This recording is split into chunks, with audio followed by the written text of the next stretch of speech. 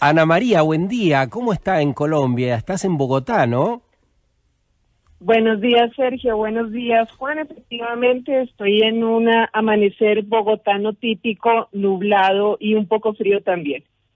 Bien, estamos hablando con Ana María Hernández, es jefe de la Oficina de Asuntos Internacionales y Política del Instituto Alexander von Humboldt, pero además es la presidenta del IDBES que elaboró este informe que abarca tantos estudios y que mencionábamos en el arranque. Ana María, ¿cuáles son los principales motores de esta pérdida gigante de biodiversidad? Bueno, nosotros, y buenos días también a todos los oyentes en Buenos Aires, nosotros a nivel global identificamos básicamente 5 motores de cambio en nuestra biodiversidad. Uno es el cambio en el uso del suelo, específicamente asociado a cambios para agricultura, ganadería e intervenciones económicas en el territorio. También encontramos que el cambio climático es uno de los motores principales de cambio, la explotación de organismos, ya sea, por ejemplo, para comercio ilegal o para uso en general, la contaminación y finalmente las especies exóticas invasoras. Esos 5 motores, mayores motores de cambio, son los que nos replantean la necesidad de ver qué nuevos enfoques podemos encontrar para disminuir las altísimas tasas de pérdidas de biodiversidad y de funcionalidad en los ecosistemas actualmente. ¿Podrías contarnos qué significa justamente esto, la pérdida de cientos de especies? ¿Qué significa para la vida en la Tierra? ¿Qué relación tiene con nuestros alimentos, con los medicamentos y con la historia de la humanidad? Claro, por ejemplo, es importante decir que a nivel global, las variedades locales y las plantas que han sido domesticadas y los animales que han sido domesticados están desapareciendo. Esta pérdida de biodiversidad que nos alimenta y que nos viste incluye diversidad genética y esto pues también genera un serio riesgo a la seguridad alimentaria a nivel global.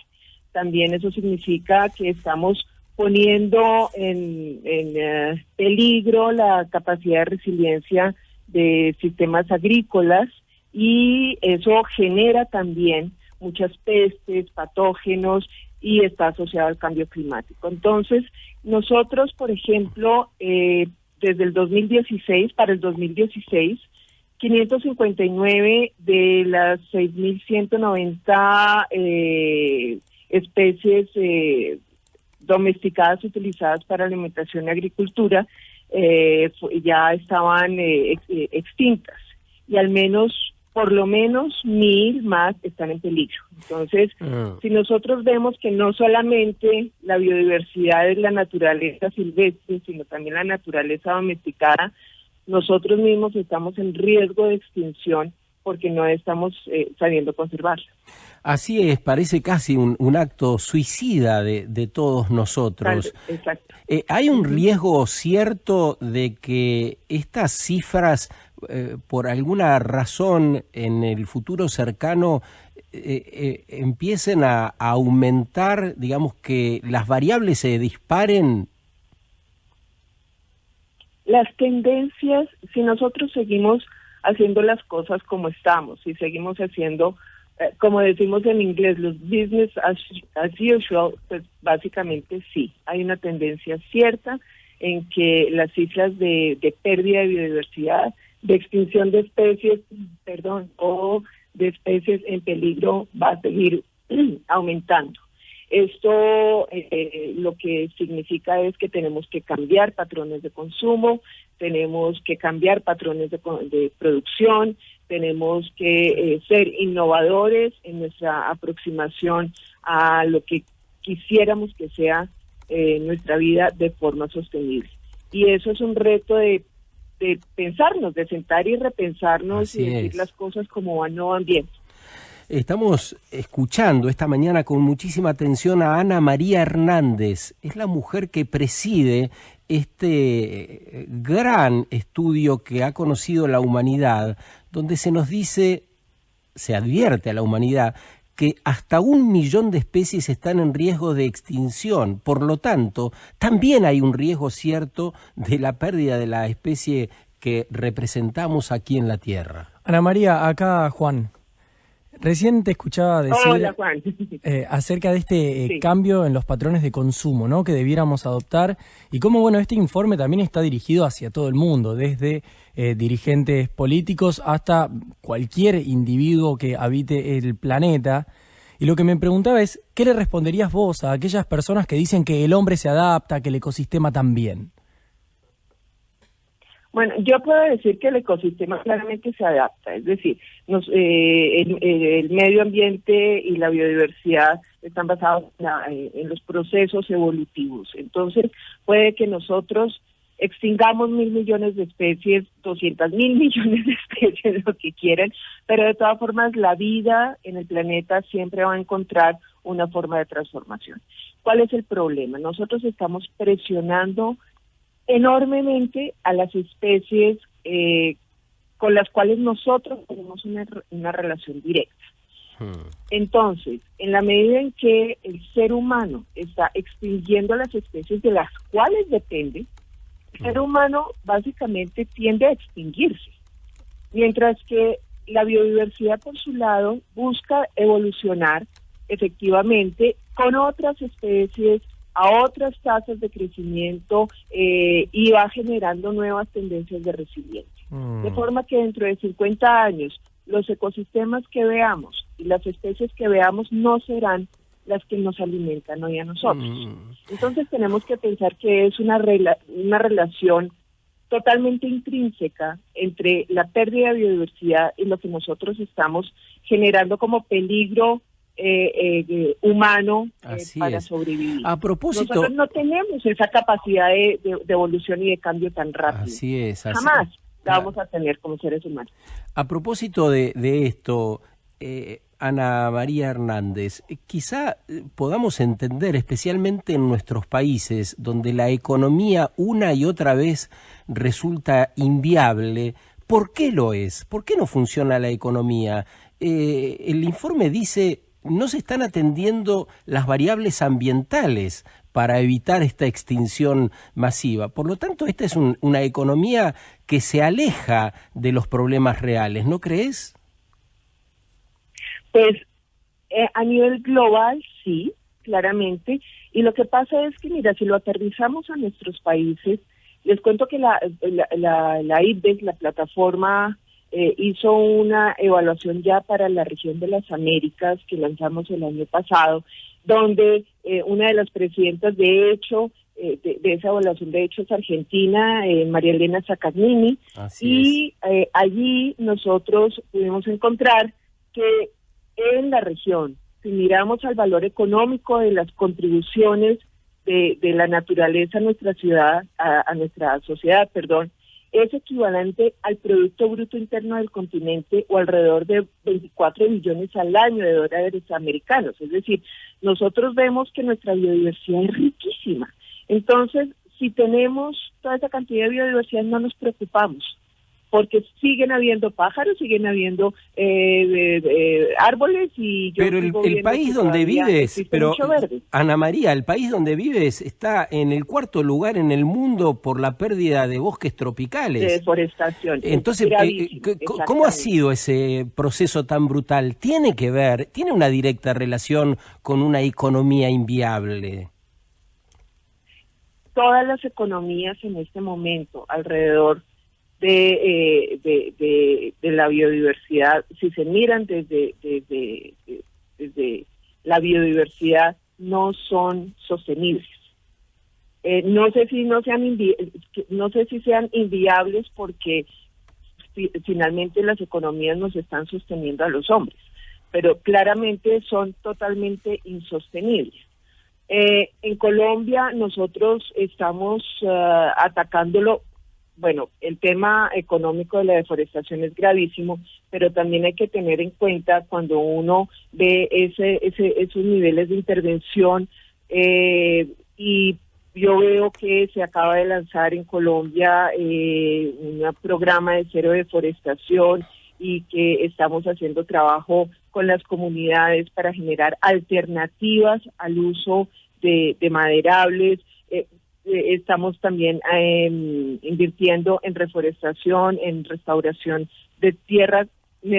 Estoy un poco tranquila, pero también tenemos un problema gravísimo de tala ilegal, donde tienen que entrar otras fuerzas que generalmente no entran. Entonces, esto no es un tema solamente de medio ambiente o de economía, esto también es un tema de cultura, es un tema de seguridad, es un tema de que abarca casi todos los componentes de la sociedad y de las cadenas de producción. ¿Y cómo te imaginas que la humanidad va a afrontar esa gran contradicción de seguir utilizando combustibles fósiles y seguir impulsando proyectos que tengan que ver todavía con la extracción de combustibles fósiles que, como sabemos, producen el calentamiento global que ha desencadenado esta tragedia de la cual estamos hablando esta mañana? Mira, voy a decir algo que yo no sé si suene bien, siendo biodiversa y estando al aire con muchos radioescuchas ahí, pero básicamente yo tengo una frase que dice, es que la gente mata al tigre y se asusta con el pollo. Entonces, nosotros estamos en un proceso de extracción inédita y explotación insostenible de recursos, sí. Nosotros estamos utilizando combustibles fósiles que no son amigables con el medio ambiente, al contrario, son los principales causantes de los gases de efecto invernadero, pero de todas maneras no nos estamos ajustando lo suficiente a estos procesos. ¿Por qué? Porque básicamente ese tipo de energía es mucho más costo eficiente en términos sociales económicos que otros tipos de energías. Si nosotros vemos los tipos de energía renovable, la energía eólica, por ejemplo, es muy puntual y es muy costosa. Ya no, en Argentina hay una empresa que la semana pasada inauguró un parque eólico y compran ahí la energía más barata que la tradicional, Ana María, ¿eh? Eso es fabuloso, eso es una noticia maravillosa y ojalá que pudieran extraer ese ejemplo y llevarlo a otros lugares. Nosotros estamos luchando, por ejemplo, con el cambio de carros de combustibles claro, convencionales a carros eléctricos. Ha sido una lucha porque primero es la parte legal, después la parte económica, después que la gente no quiere andar en ese tipo de carros porque no tienen la suficiente autonomía. Es decir, es un tipo también de educación. Me gustaría volver, Ana María, en esto relacionado a lo que significa la extinción de una especie. Hablemos de los polinizadores. Sí. ¿Qué significa que se pierdan los polinizadores, que estén en riesgo las abejas y demás? Bueno, y los polinizadores, primero hay que empezar con que no son solamente abejas, aunque son las que más se ven, pero hay una serie de insectos polinizadores, también están mamíferos polinizadores y están los murciélagos, que son grandiosos polinizadores también. Este conjunto de polinizadores lo que hacen es que básicamente mantienen la viabilidad de las semillas, mantienen el entorno del cultivo y van, como su mismo nombre dice, van polinizando, van generando vida. En el momento, y hay cultivos, muchos cultivos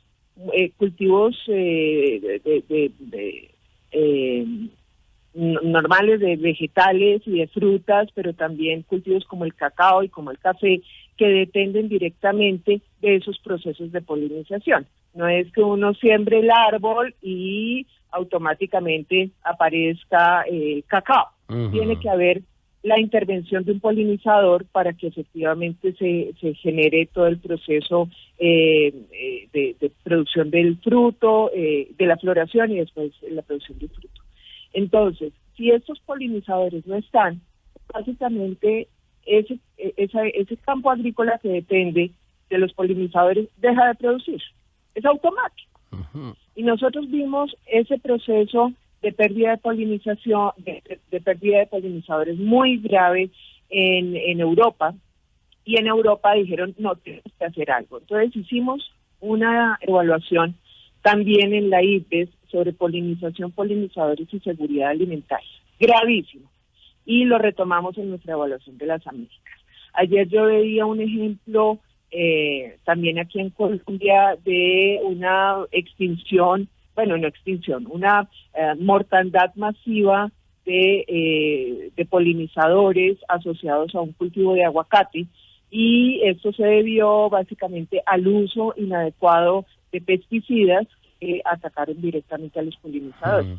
Y claro, todo el mundo estaba alertado porque pues el cultivo de aguacates pues totalmente dañado y la producción agrícola en ese sector pues totalmente inviable. Entonces es un tema grave, y de hecho los agricultores, la gente que vive ahí en el campo, que produce y que conoce todas las técnicas, sabe lo importante que es la polinización. Pero el uso inadecuado de insecticidas y de pesticidas en los campos agrícolas están afectando directamente esta intrínseca asociación que se necesita para la producción entre el polinizador y el campo. Ana María, un minuto final para pedirte que nos cuentes cómo compilaron y cómo se hace un estudio de semejante magnitud, de tantas páginas, autores y países intervinientes. Bueno, primero, si me permite extenderme 2 minutos más, yo quiero comentarles qué es la plataforma, porque más allá de uno u otro estudio que nosotros hagamos, la Plataforma Intergubernamental sobre Biodiversidad y Servicios Ecosistémicos, de la cual yo soy la presidenta, es el equivalente al IPCC en cambio climático, que es la Plataforma de Cambio Climático.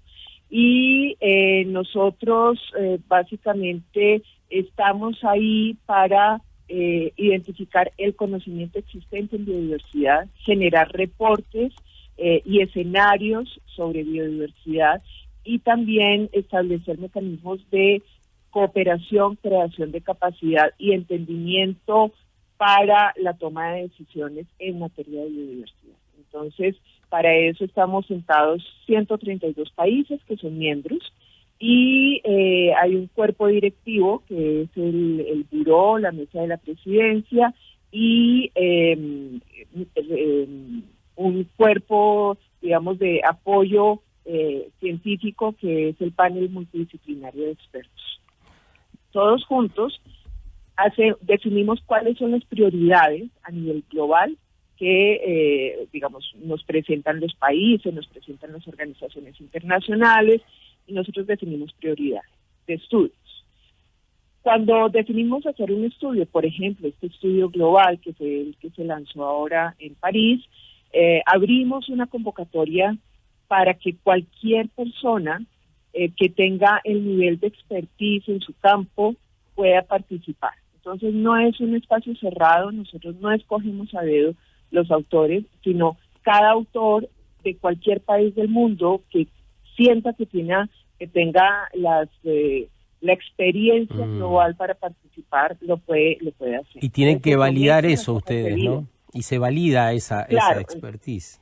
Claro. Entonces, el cuerpo directivo, que es el que le decía que es la mesa de la presidenta, el panel de expertos multidisciplinarios, revisan esas hojas de vida, nos llegan cientos de hojas de vida, además maravillosas de todos lados del mundo, y entonces procedemos a hacer la escogencia. Para este informe global, yo quiero resaltar de nuevo la capacidad de Argentina, porque uno de los copresidentes de esta evaluación global es Sandra Díaz, sí. Que junto con Joseph Settle y Eduardo Brondicio fueron los que copresidieron esta evaluación y guiaron a los 50 expertos que participaron en este proceso.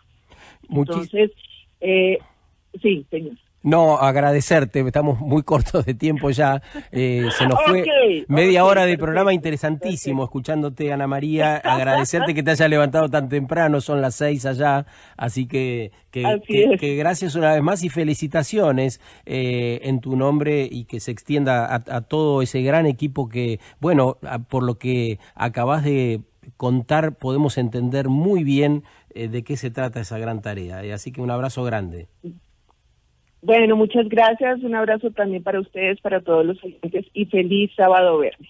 Gracias, muchas gracias. Ana María Hernández, desde Bogotá, Colombia, es la presidenta de este gran estudio que indica que hay 1 millón de especies en vías de extinción. Forma parte de un organismo, preside el organismo que sería el correlato del IPCC, este panel intergubernamental que también alerta sobre el cambio climático y sobre las consecuencias de la humanidad. Esta humanidad que cada vez aparece más frágil y expuesta por la organización básicamente que se da.